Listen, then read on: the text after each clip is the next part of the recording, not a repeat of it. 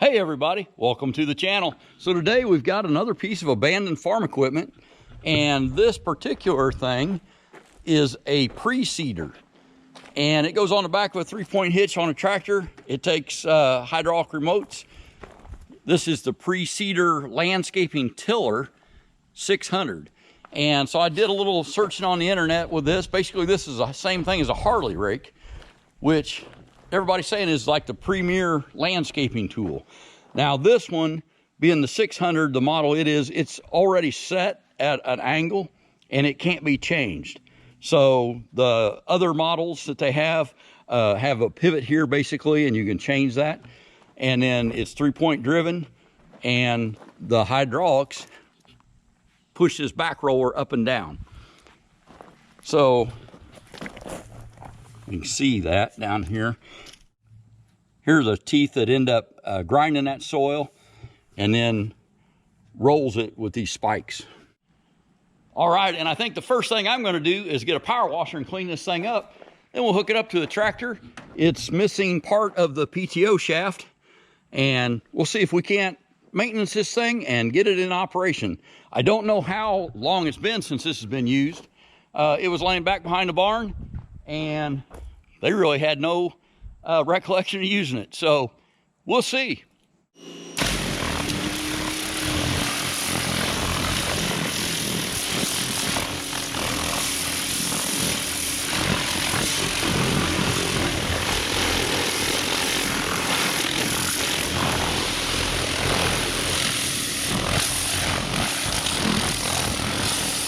Well, I got that power washed, and the main reason I wanted to power wash it, you know, get any grime and stuff, but there were a whole bunch of wasp nests and stuff on this, and I've displaced most of those.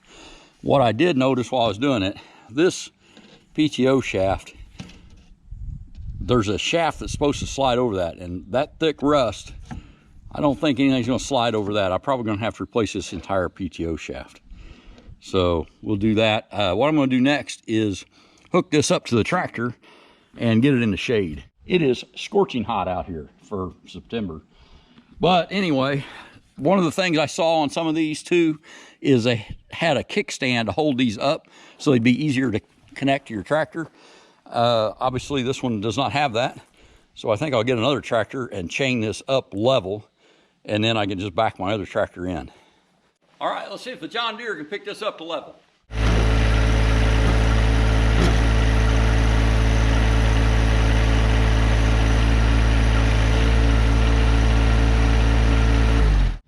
All right, let's see if we can line any of this up where you can still see.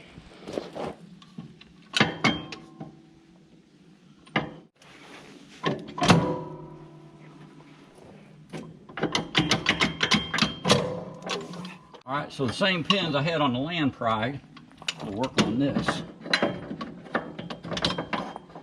Nice. Try to get that pin put in.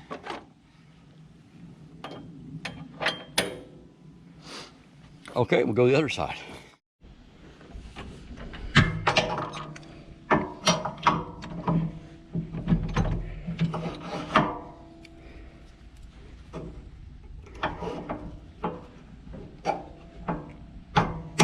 Nice.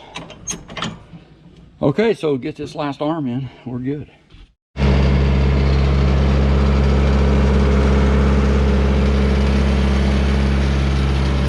Okay, I've got that all hooked up. Let's lift it up and see what it does.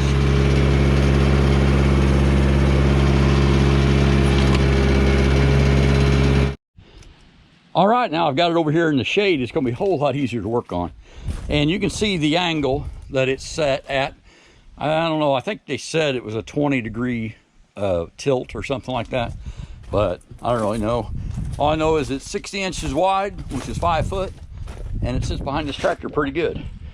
So I need to see about the hydraulics, and I'm gonna just remove this PTO shaft and put a new one on it, or a different one anyway. I'm gonna take all these covers off and inspect the shafts and everything under there and find all the grease fittings and get them greased. So let's get to it. I've got two remote hookups right there. So I'll try and plug our lines into those. And you know, I've never actually used the remotes on this tractor. So this will be kind of good to see how they work anyway. Oh, these are jammed in there. Let's see if I can untangle them a little bit.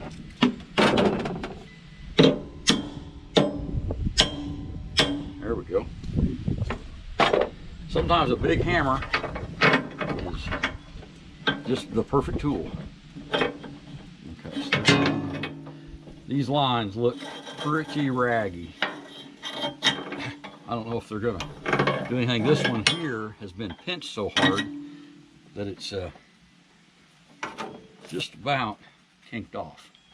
I'm gonna spray some lube on there just to clean them, if anything else. So I'll be back with a rag on that.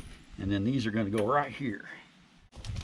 Okay, let's try out my favorite PB blaster on these.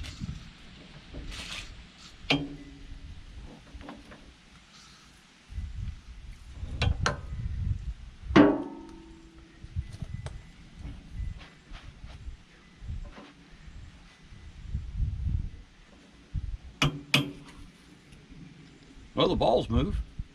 That's good. Or that one did anyway. Whoa! Ugh! I sprayed myself with hydraulic fluid. So, which line is that? That's the top one. So apparently there's a little pressure on that. Well, that's good. That cylinder's probably not leaking then.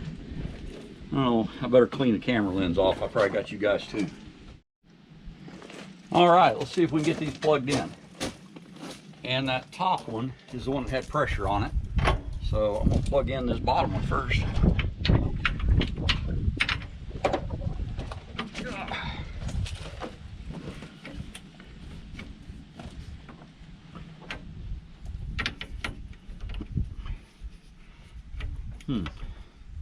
Maybe better PB blaster these as well.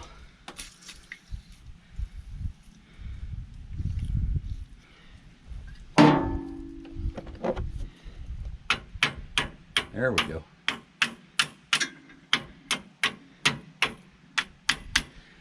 They're moving now. Okay, let's see. The bottom one was free. We go get, I have a tool for this. There we go. Okay, let's try it now.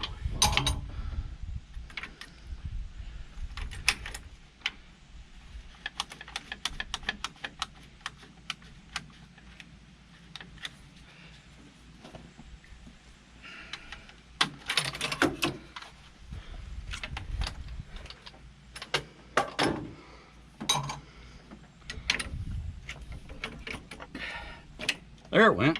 Didn't even need to clamp. Okay. Let's try the next one.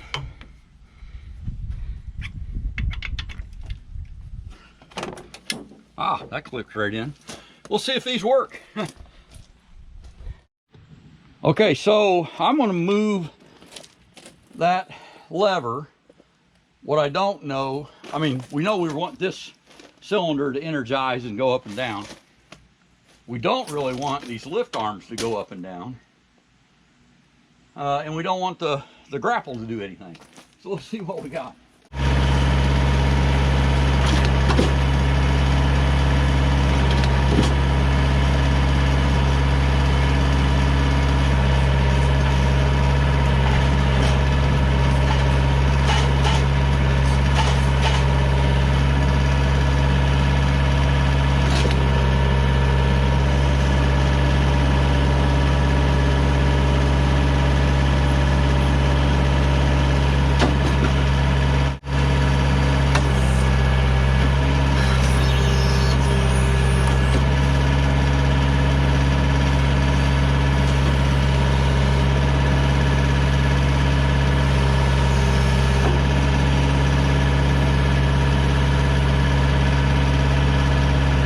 All right, that was pretty cool, and that's I've owned that tractor since it was new, and I just learned something that I did not know.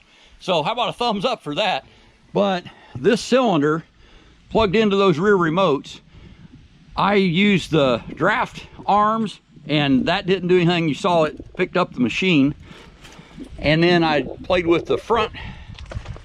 You know, I've got this grapple on there, and so I played with that lever. You know, the whole time I've had this tractor, I never knew what this lever did. this little lever right down here that says, I guess, A and B, neutral in the middle. Anyway, that's the lever that moves that cylinder. So that's pretty cool. It never dawned on me to wonder what this lever did. But so there's the lever for the rear cylinder off the remotes. Here's the lift arm, so we'll pick the thing up. And of course, front loader control, which mine has the button there for the grapple. But a lot of this, that's why I'm doing it, is to learn stuff. So that's pretty cool. Thanks a lot. Okay, I think the next thing that I'm going to do is take all these bolts off to remove these covers and just see what's going on underneath there. Here is an oil fill bolt and an oil check level bolt, but if this cover comes off, it'll be a lot easier to see that too. So there's 2 of these gearboxes that have that, and then so far I've seen probably 6 grease fittings, and I'll grease every one I can find. It's pretty cool if that cylinder works though. I kind of figured to condition these lines. You can see that there's no rubber left on them. I didn't know if they would hold or not, but they did. Okay, so all of these bolts are 5/8, so let's pull them out.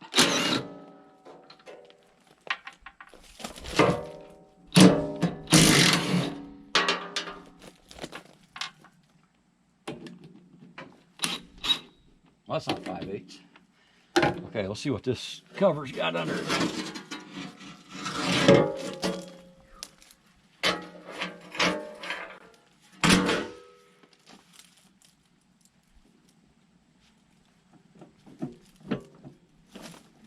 Okay, so there's a universal here. It's got a grease fitting somewhere. Ah, there's a grease fitting. Okay. Okay, and these bolts are 3/4.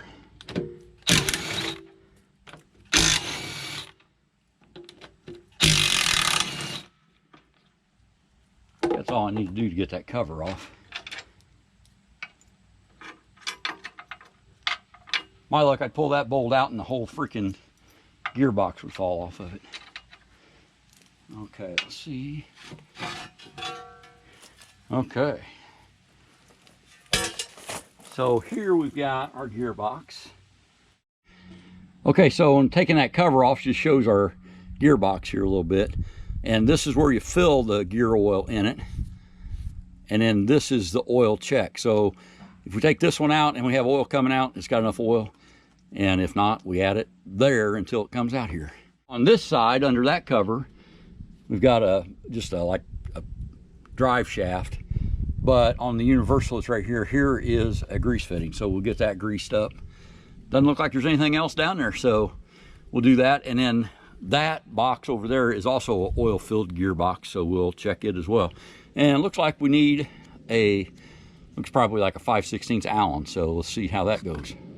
With a 5/16 Allen wrench, let's see if we can pull this out and see what it looks like.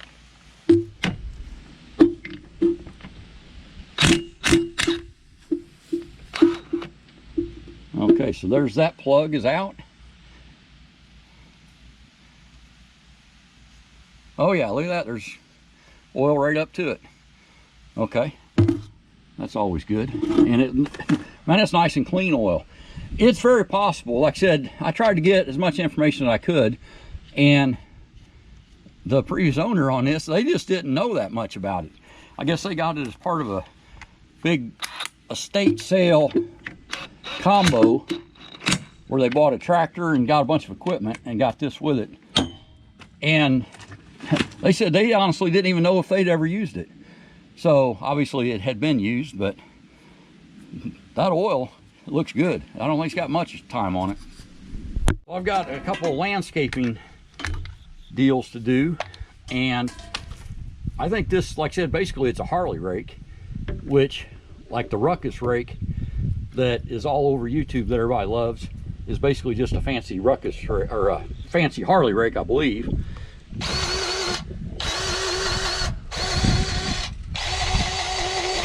There we go, got grease coming out.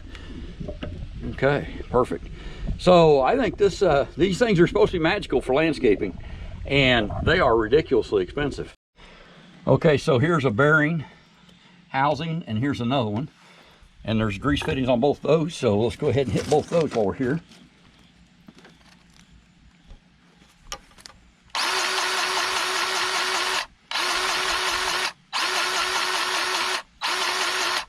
Okay, it's probably coming out on the other side. I don't see any over here, but we definitely put some grease in it. Let's try this one. Okay, we got grease coming out right there, so maybe I'll throw another couple squirts in this just to make sure. Oh, there we go. We got plenty of grease coming out. All right, I'll wipe that off. Okay, and here's another carrier bearing. It's called, or maybe a bearing carrier. Anyway, we're gonna grease it. And we got grease coming out, so that's perfect. And here is our other oil level checker, and at the top of this is where the oil fill is. So here's oil level, and here's oil fill. So I'm gonna go ahead and pull this off and see if there's any oil back here.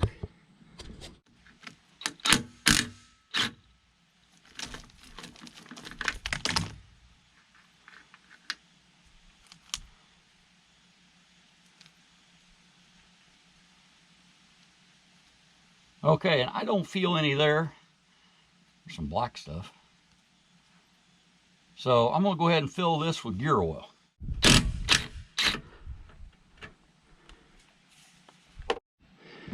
Okay, and I'm just gonna use some ADW90 gear oil. And we're gonna top this off until it flows out of that fill hole. I bet it don't take a whole bunch.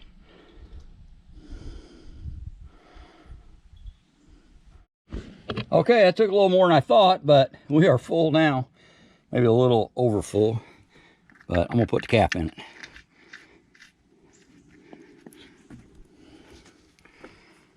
Okay, so we know it has oil in it. And like I said, that took more than I thought. I figured maybe fill that funnel once or twice. I filled that funnel about 5 times. So, all right, let's put the other cap in it and we're done. And I'll tighten up the bottom cap as well. Okay, I'll keep an eye on that, make sure that gearbox isn't leaking, because the one on the other side was totally full, and this one I couldn't reach the oil. So, all right, let's see what else we got to do. So I've kind of hit a little bit of a standstill here. I need to take this old PTO shaft off of there. Get a light and show you. There's the old PTO shaft in there. And it looks like it's got a push button release, and it definitely has some kind of sleeve collar on it. So, along with a couple of grease fittings. But I can't really get in there to hardly even see it, let alone remove it. See, here's this push button thing.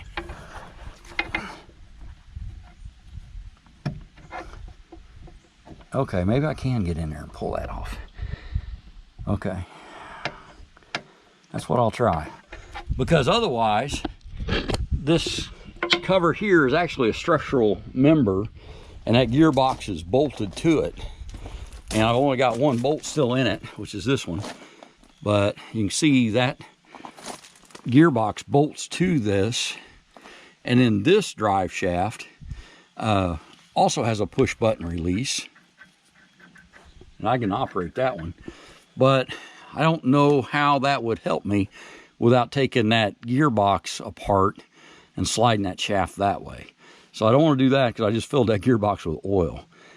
And I'm kind of wondering if maybe that's why the thing was, you know, if not empty, it was definitely low.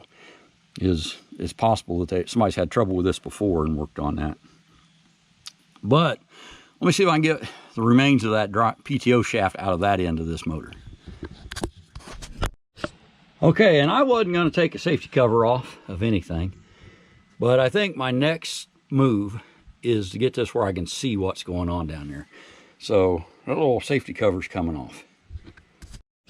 One thought I've got is if that black plastic wasn't on there, I might be able to take a wire wheel on angle grinder and clean that shaft off enough to reuse it. You know, it's pretty pitted and nasty looking, but I can only see about a 1/2 inch of it.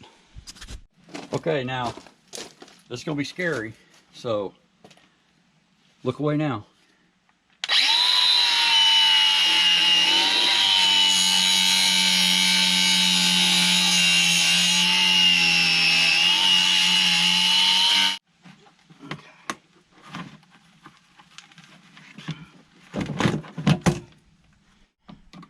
Get that off there. There we go. Maybe the whole thing will slide off now.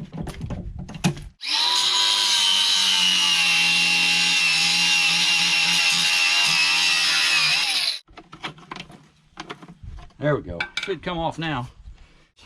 We'll slide off there. Look at that. Perfect. And, okay, so now that I can see it, I've got a new plan. If you look, this shaft's not bad up here. Oops. The shaft's not bad up here. Down here's where it's all nasty. But I think I can take something to clean that up, and then just, I don't have to take any of that off. I can just reuse it just exactly the way it is once I get this metal back down to nice metal. So those guards are nice. I'm not going to let anybody ride back here on this, and really there should be no reason for anybody to be back here at all when that thing is running. You can't reach it from the seat, so I feel fine with that guard not being there, and it's going to save me a whole bunch of work. Okay, let's go ahead and squirt some grease in this universal. And I'll have to get a different fitting to get the one behind it because of this box thing that it's in. Okay, but that's greased. There's another fitting right there. I can touch it, but because of this box, I can't get to it. All right, so at this point, I just went ahead and hit this other universal. It had 2 fittings on it. You see all the grease. But anyway, so I've got now all the grease fittings that I could find that I could reach, because there was one underneath that steel box, the second one on that universal shaft of that PTO that I couldn't reach. All right, so let me go ahead and cut this off, and we'll see if we can't use this shaft the way it is.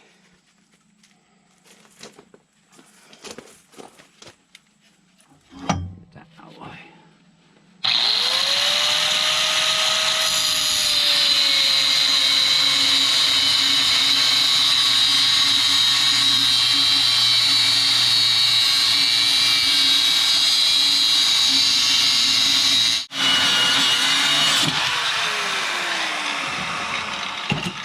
All right.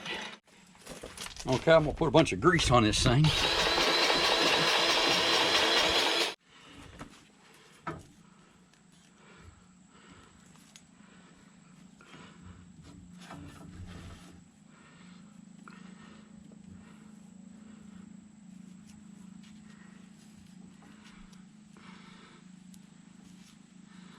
Definitely don't need this to lock up on it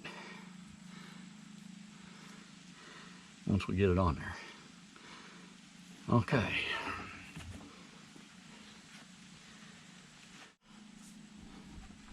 So there's the flat, here's the flat.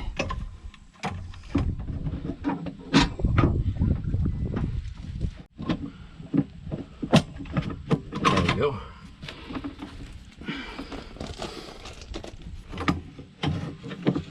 Okay.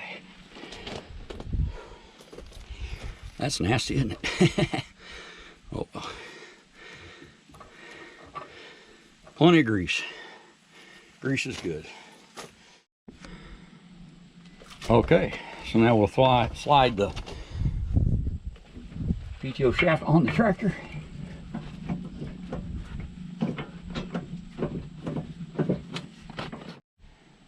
Okay, let me turn this just a little bit. I think that should be enough. There we go.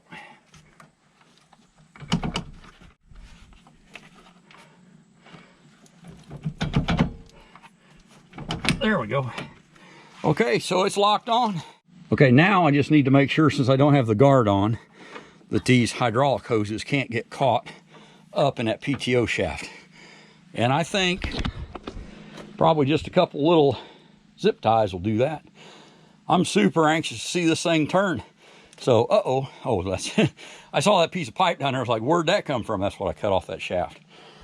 Okay, so let me zip tie up these hoses and we'll give this thing a little test run.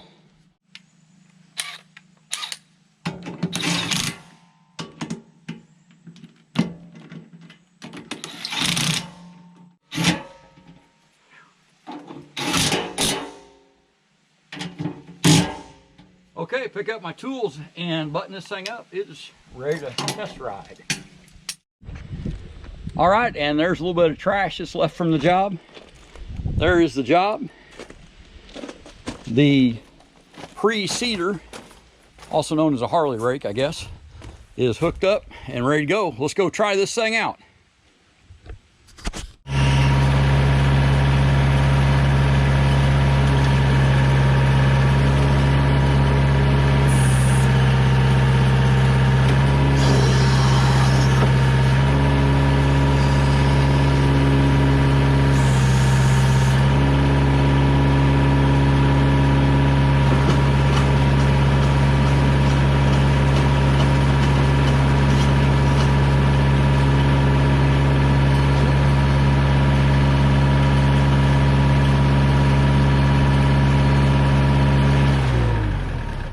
All right, it seemed like all the functions worked and I didn't hear any weird noises or grindings or anything. So let's go put this thing in some dirt and see what it does.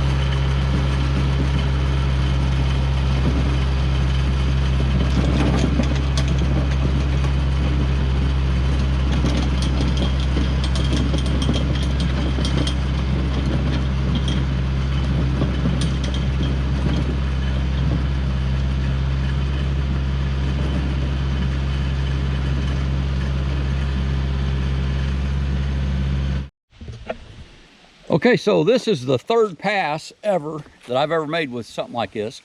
You can see the spike holes that the rear roller's putting in it. And man, I'll tell you what, this dirt, it's not even very good dirt, it's mostly just clay.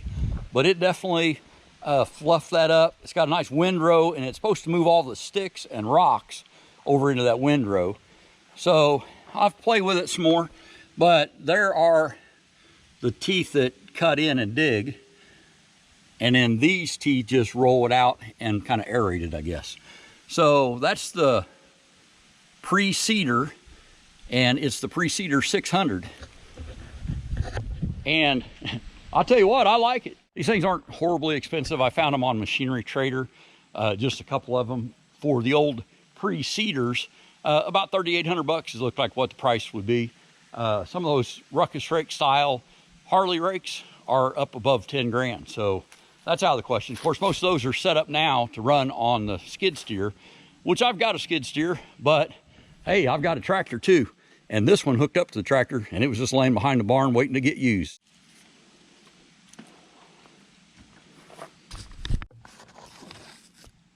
All right, so there's the roller bar that does all the work.